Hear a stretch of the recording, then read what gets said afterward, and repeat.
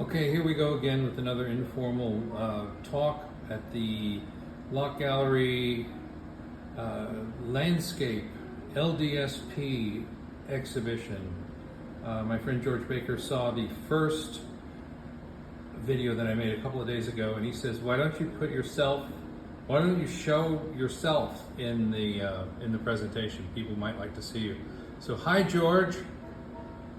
Hello. I'm not sure I agree with the importance of having myself in there, but if that's what makes people happy. The landscape show is featuring a series of paintings that I made in 2006 to 2008 after I had seen a formation of lenticular clouds. I was on jury duty in Kew Gardens, Queens. And on a lunch break, I was standing outside a building, looked up, and over Brooklyn there were these formations of probably about 4 or 5 clouds. And I was sort of stunned by how they just kind of rested in the sky in a beautiful geometric kind of formation. And these are photocopies of the sketchbook that I kept while I was doing the jury duty, waiting for cases, and this is the first drawing I did of the clouds that I saw and just how they arranged themselves in the sky. And here's following, so seeing the darks and lights of the sky. At the top it's dark, and then toward the horizon it gets lighter, and then the way that the white clouds arrange themselves on that gradient was very interesting to me, and also trying to figure out how the light passes around the cloud, reflects off the cloud, attempts to pass through the cloud, but it creates a shadow on the inside. Here I am messing around with ideas for composition, but the main thing was it triggered me to start creating a composition based on the lenticular cloud formation that I had seen. Now over here is number 1, and you can see it looks sort of similar to the drawing I just showed you with the bands of dark to light in the sky, and then there's a cloud sitting on the front of that. But this first one, I put in some sort of generic land, looks like the Adirondack Mountains actually, and then a little bit of a water feature, and then up and beyond the atmosphere are this star pattern, which the stars go from dark gray to light gray, denoting a different distance in the space. So this is number 1, and for contrast I put this one up here. I think this one is like in the 20s.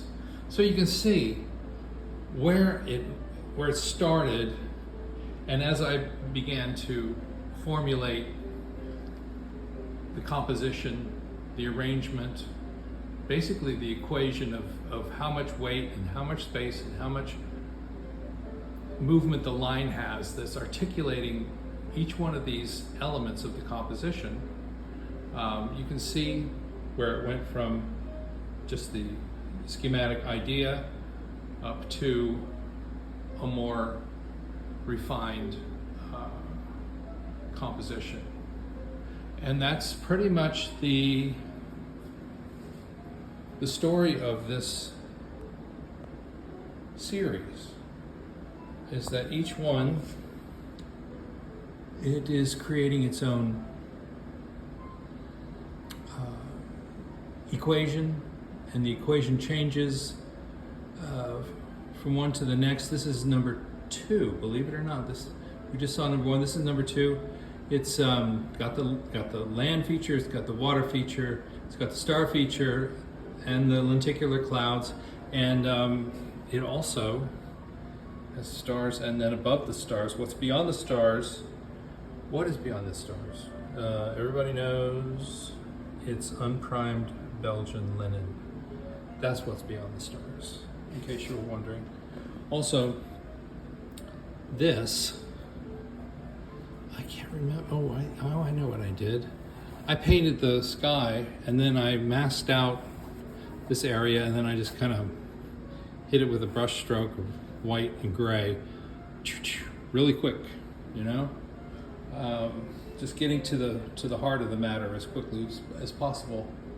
And one could say that this entire series is based on improving the composition and improving the stencil that makes the lines that create the form, that creates the composition, because all of these areas are stenciled out and painted, right? Just based on the idea that I did not want to do another version and then have to find that line again. I already like that line. I like that S curve. I like exactly where it starts. I like exactly where it stops. I like how it cants, and I like how it strikes one side of the composition, one edge of the painting, and it strikes the other side. You know, I didn't want to keep trying to find that line again. So I once I found it, I liked it. It went into a stencil, and that stencil was used for all of these. In fact, the later ones are the result of the stencil being refined to the point where I really felt like it was doing its most effective job compositionally and in terms of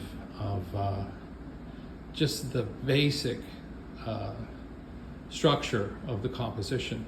You can actually see here, there's a ridge. That's where this section here was painted and then masked out,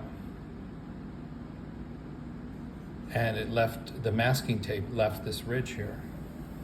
So this is almost like, it's almost like printmaking. I say facetiously that I paint like a printmaker, and I draw like a sculptor, and I can never get it right. But speaking of stencils, this is a stencil of the tree form. Now you can see other marks. That's a cloud. That's the line of the land. This is also the line of the land. These are the reflected clouds. But this is all cut out of a Bristol board. And that stencil that portrays the pattern of the trees is what made these drawings, as you can see. That's the work of the stencil. And this is also from that same stencil. Proofing the composition, working on ideas for articulating different areas. And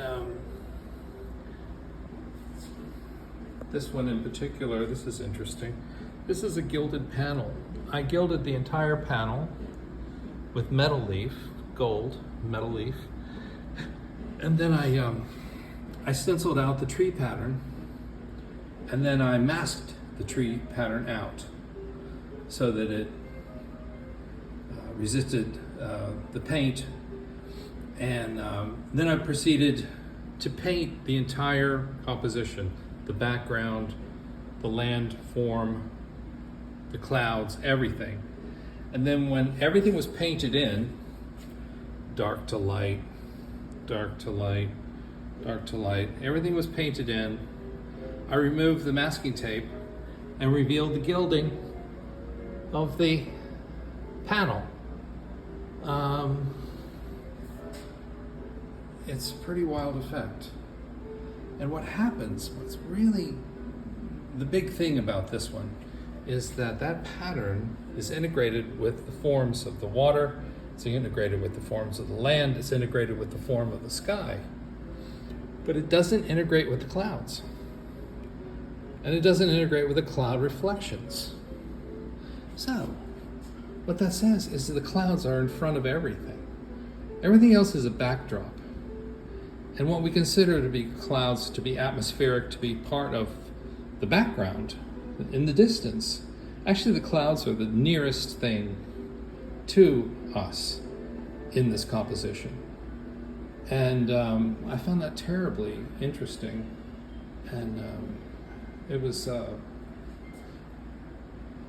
just another variation in this series of 40 paintings that I was able to achieve. Here's one where the clouds are sort of sitting in a more conventional, understood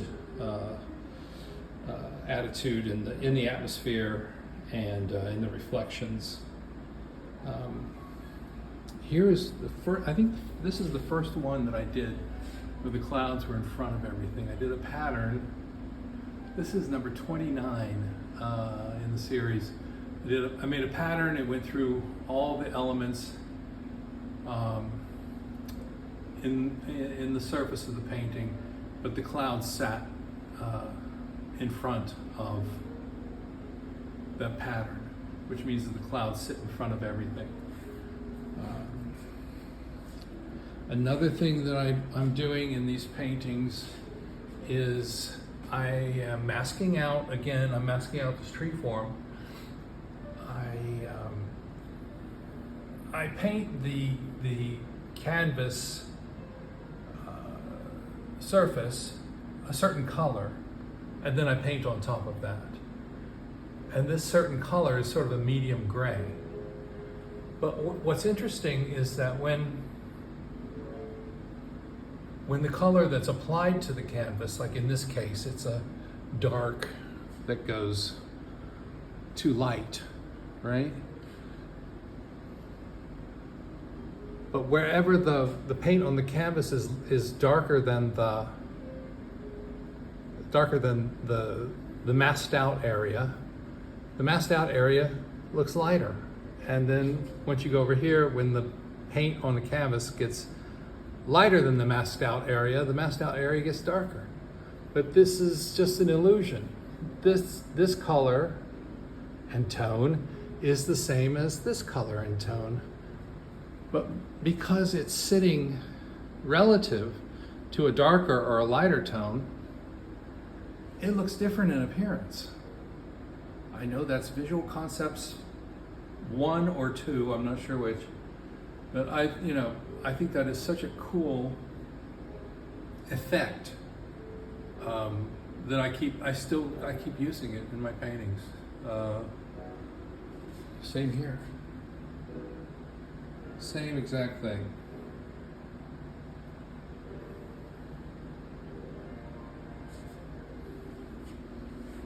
So there's the smaller ones up here, little studies up here.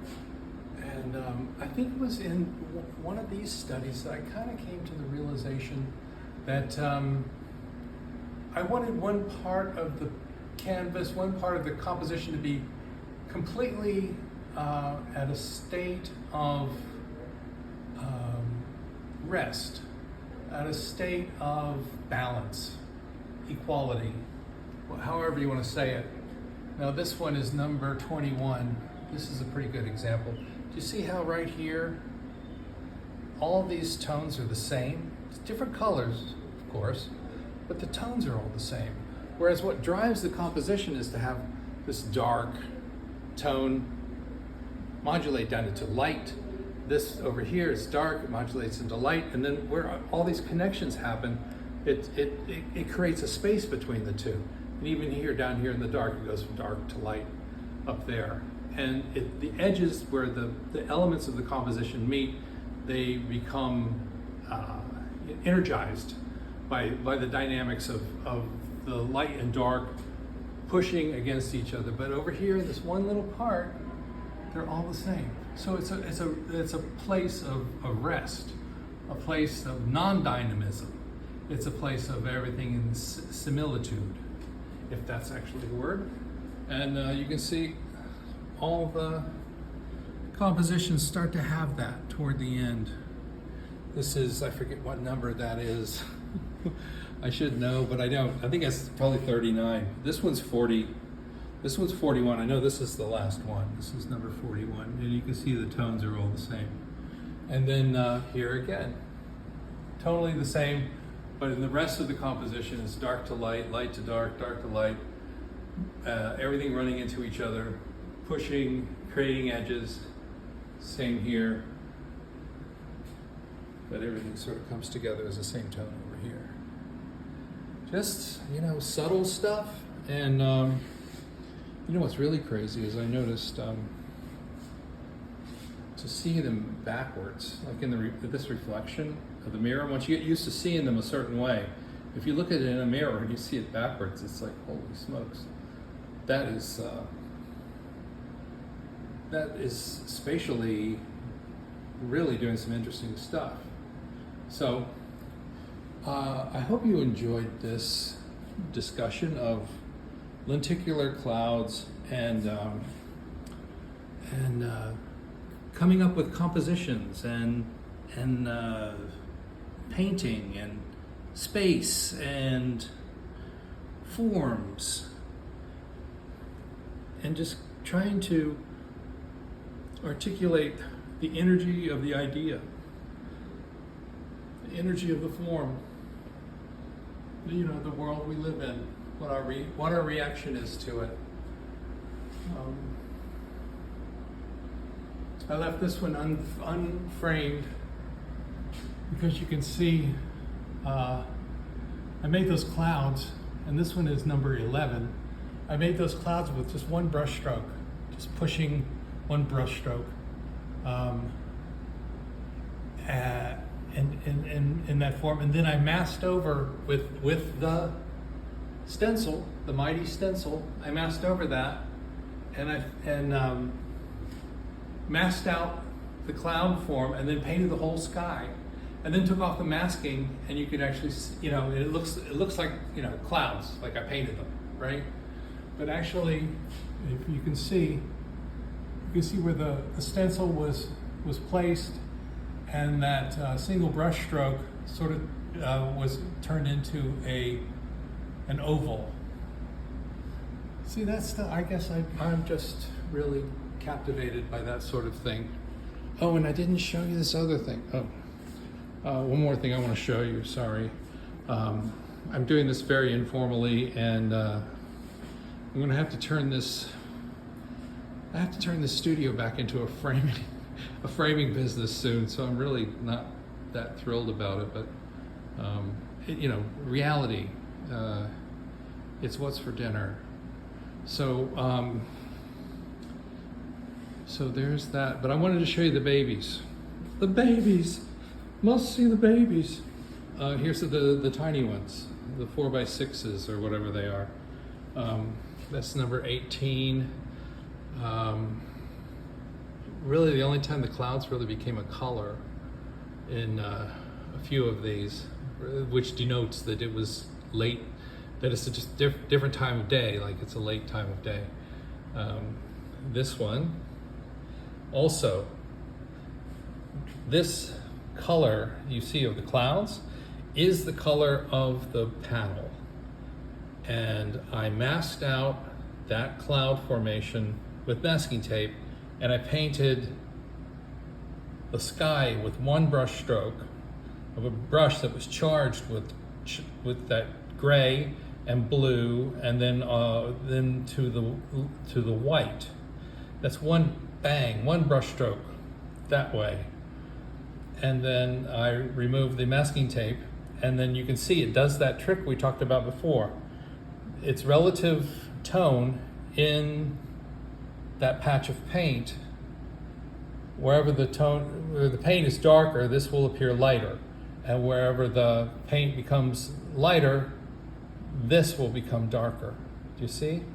It's strictly an illusion. These are all the same color and the same tone. It's just because they're in a field with a color that is relatively lighter or darker than it changes its appearance. Isn't that interesting? I'm just terribly fascinated by that.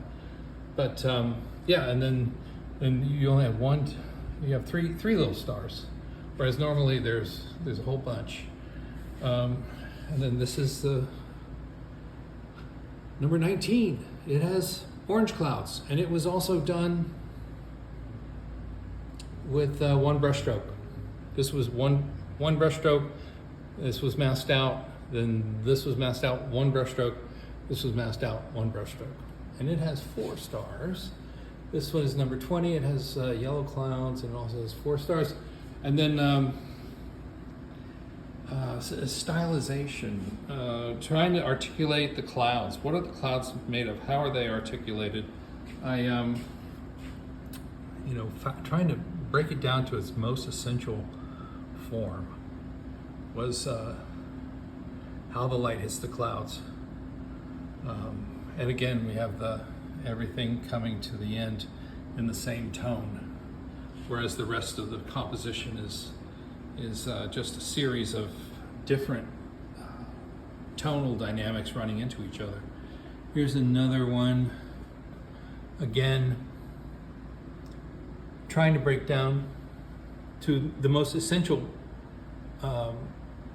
element of articulation for how light falls on clouds and how clouds operate. So there are 40 something of these paintings. You've seen about 20 now, and I hope you've enjoyed it. There's Mike Meehan, you should definitely check him out. There's Joe Santori, you should definitely check him out. And then there's Jim Plunkett. Definitely check out Jim Plunkett.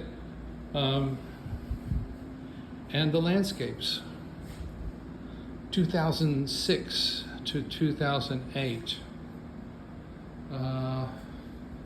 Yeah, it was fun. A lot of fun.